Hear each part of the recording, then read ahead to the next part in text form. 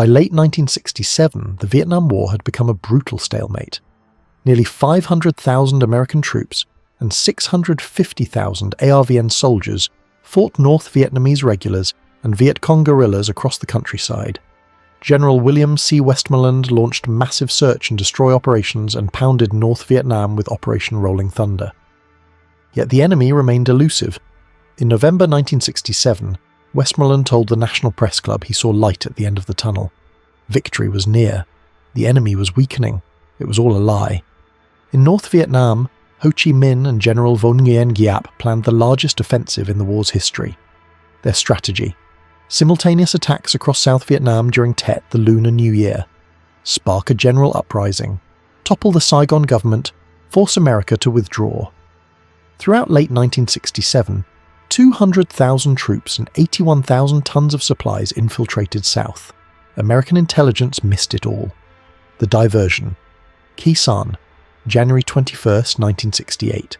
10 days before Tet, NVA artillery opens fire on the Marine base at Khe Sanh near the Laotian border. 20,000 to 40,000 North Vietnamese troops surround the hills. At 0530, an enemy shell hits the ammunition dump. 1,500 tons of ammunition detonate. The fuel depot erupts, burning for days. 6,000 Marines are cut off, surrounded, under constant bombardment. President Johnson watches obsessively. The word Dien Bien Phu haunts him. Westmoreland launches Operation Niagara. B-52 bombers deliver 100,000 tons of ordnance over 77 days. Yet the siege continues. Khe Sanh dominates American attention. The press, the Pentagon, the White House. Every eye turns north. This is exactly what Giap wants. While America watches the border, 84,000 communist troops move into position across South Vietnam, preparing to strike the cities. January 30th.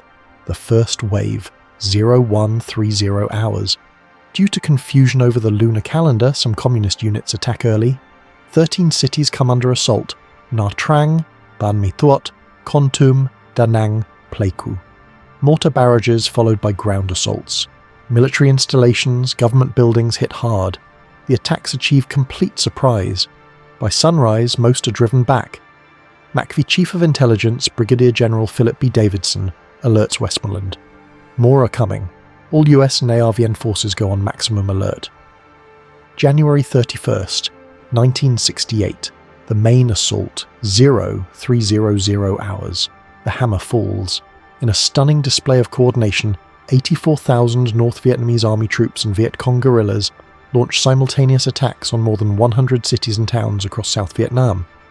The targets include 36 of the country's 44 provincial capitals, 5 of 6 autonomous cities, and at least 71 of 245 district towns.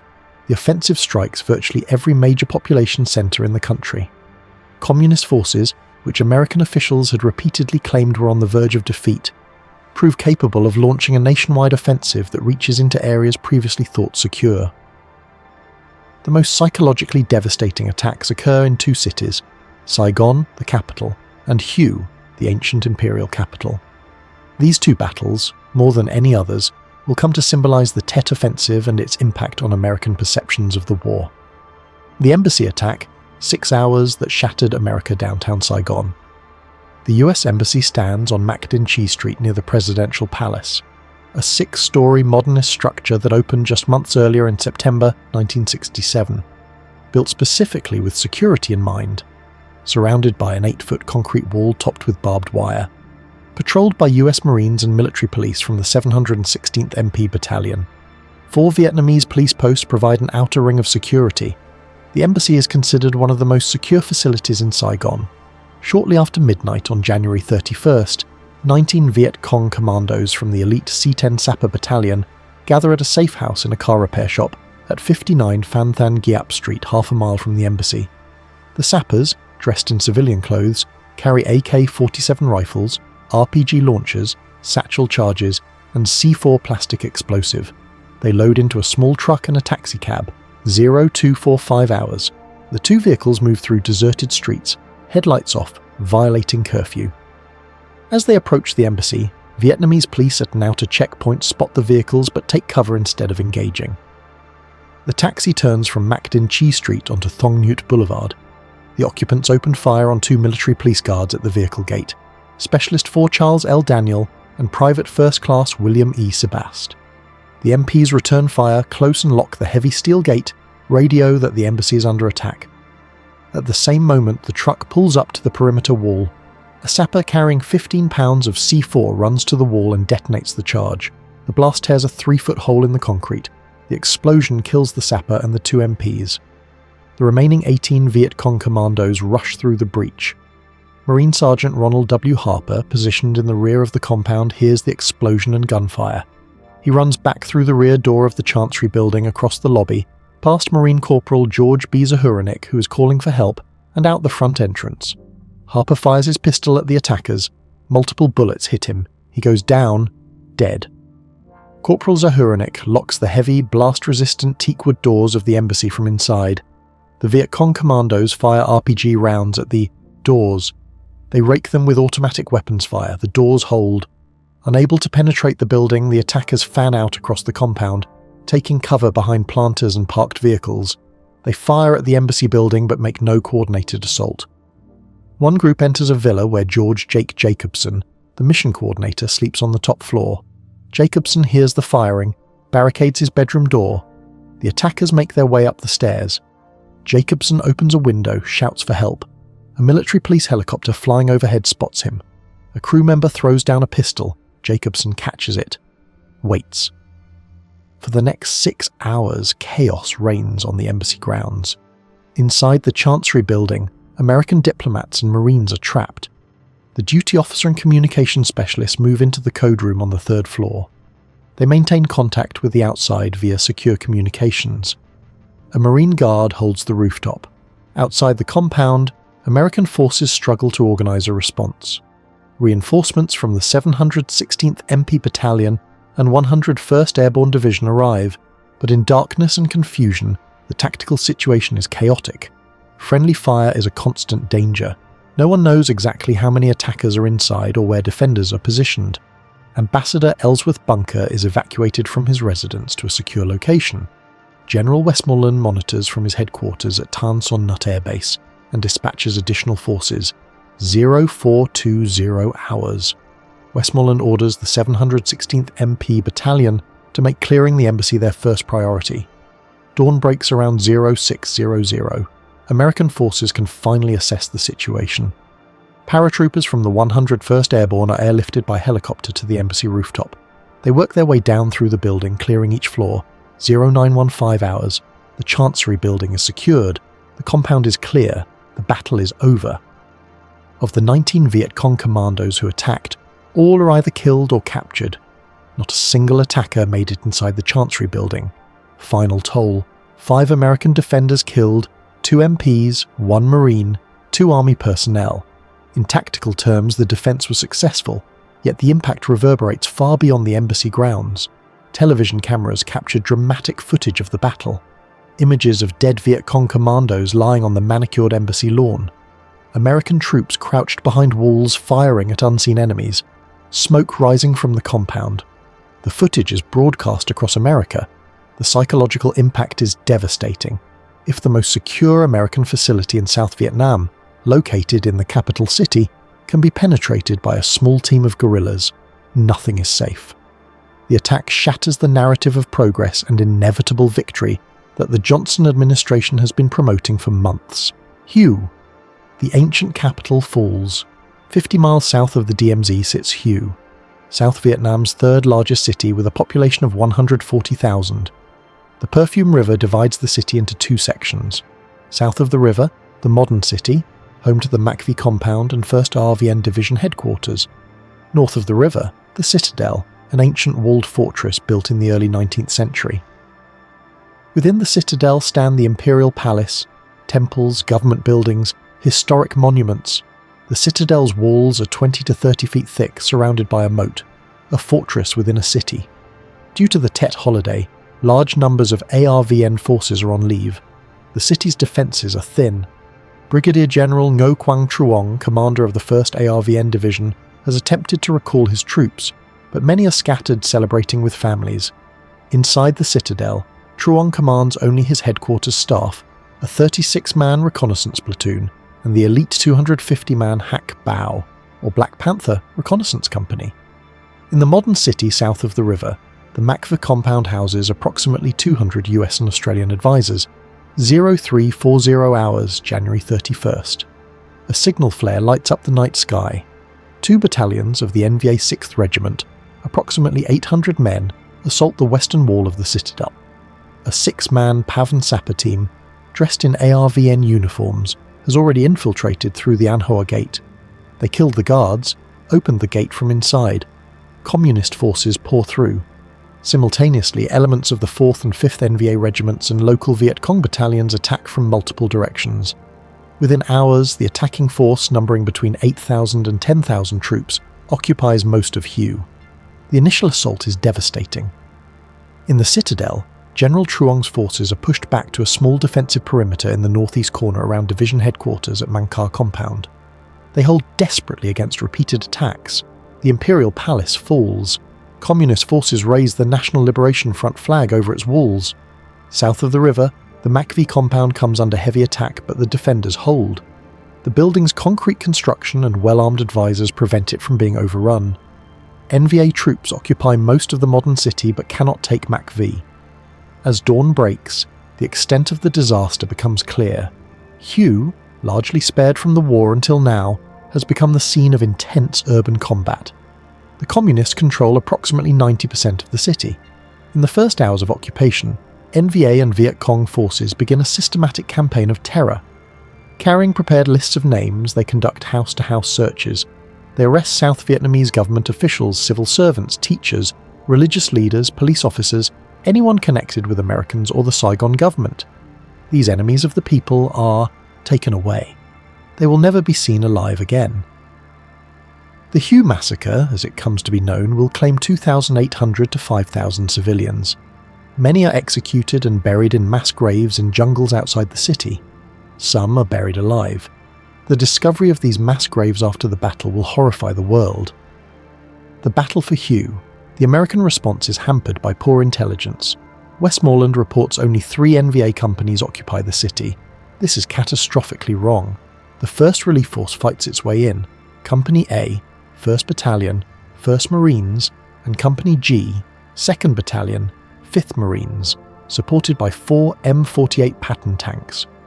Captain Gordon Batchelor's company encounters heavy resistance. Batchelor is wounded. The Marines reach MACV compound but are pinned down. ARVN forces will retake the citadel north of the river. US Marines will clear the modern city south. 2 separate battles. February 1st, Marines from 1st Battalion, 5th Marines and 2nd Battalion, 5th Marines move into southern Hue. What follows is the most intense urban combat American forces have experienced since World War II, fighting house to house, room to room. NVA soldiers have fortified buildings, prepared fallback positions. Every advance is contested. The Marines use M48 Patton tanks and M50 Ontos tank destroyers, mounting 6 106mm recoilless rifles to demolish fortified positions. Progress is measured in city blocks, each taken at heavy cost. Cold rain falls continuously, streets become mud. Medical evacuation is difficult under fire. February 10th, Marines clear most of southern Hue. February 14th, southern Hue is declared secure. 1st Battalion, 5th Marines alone, 47 killed, 240 wounded. North of the river, ARVN 1st Division launches attacks to expand the perimeter. The fighting is vicious. ARVN airborne battalions reinforced from Saigon fight building by building. February 12th, US Marine units cross the Perfume River to support ARVN in the citadel. South Vietnamese Marine Battle Group Alpha joins the fight. The combined forces compress NVA into a smaller area. The historic city is systematically destroyed. Ancient temples, imperial palaces reduced to rubble. February 21st, NVA pushed to a small pocket around the Imperial Palace. February 24th, ARVN troops raised the South Vietnamese flag over the citadel after 25 days of communist occupation. The Imperial Palace is captured. March 2nd, 1968. The operation is complete. 26 days of battle. Casualties: US forces 216 killed, 1,584 wounded. ARVN 452 killed, 2,123 wounded. South Vietnamese Marines 88 killed, 350 wounded. Communist forces 5,000 to 5,133 killed. Out of 17,000 homes, only 7,000 remain standing. 100,000 of 140,000 residents become refugees. In surrounding jungles, mass graves are discovered. 2,800 to 5,000 civilians executed. The Hue massacre shocks the world. The wider offensive across South Vietnam, Communist forces strike 100 targets. At Saigon's Son Nhut Air Base, VC sappers destroy aircraft. The presidential palace, national radio station come under attack. At Ben Tre in the Mekong Delta, an American major states, it became necessary to destroy the town to save it. The quote symbolizes American firepower's destructiveness. At Da Nang, Kon Tum, Ban Mi Thuot, bitter battles rage. Communist forces achieve surprise, penetrate cities, but lacking heavy weapons and logistics, they cannot hold once US and ARVN forces mobilize. The hoped-for general uprising never materializes. ARVN forces fight with determination. By mid-February, most Communist forces are driven from cities. The offensive is a tactical disaster. NVA and VC suffer 40,000 to 50,000 killed. The Viet Cong infrastructure is devastated, never to recover. US and South Vietnamese casualties, 2,600 killed, 12,000 to 13,000 wounded.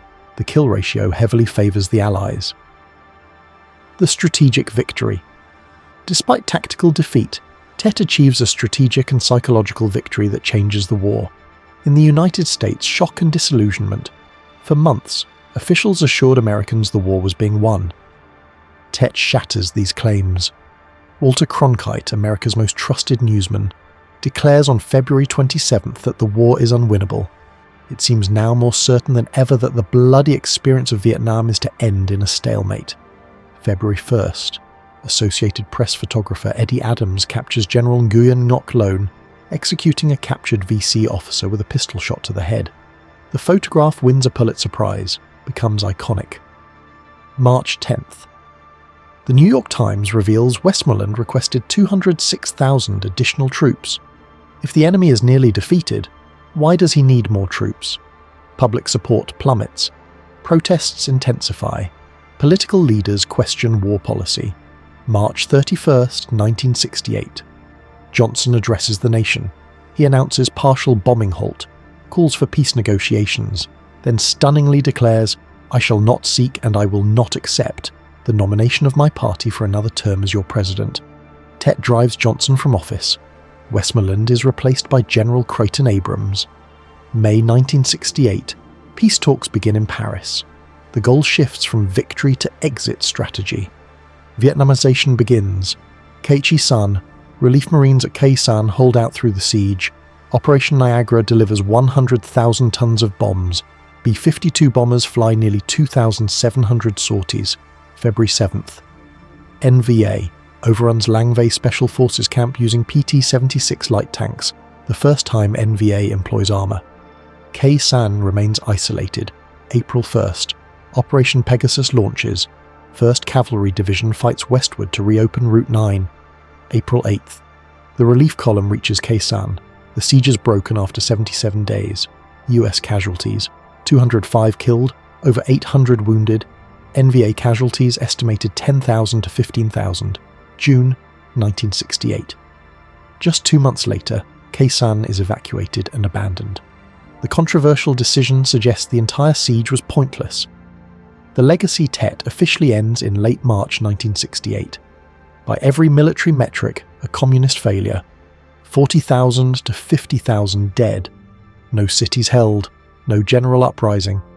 Yet these statistics miss the larger truth. Tet fundamentally alters the political landscape.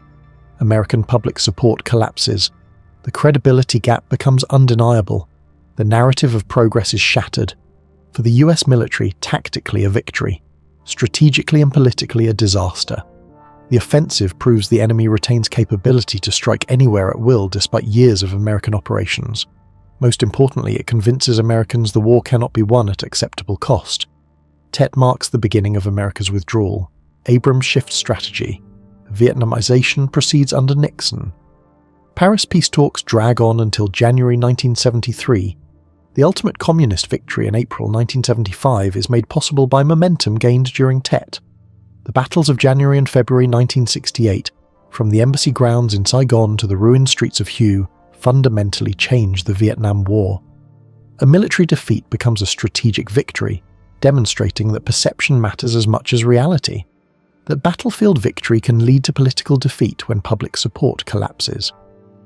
What began on January 30th as a desperate communist gamble ended by forcing the world's most powerful military to begin its withdrawal, not through battlefield defeat but through collapse of the will to fight.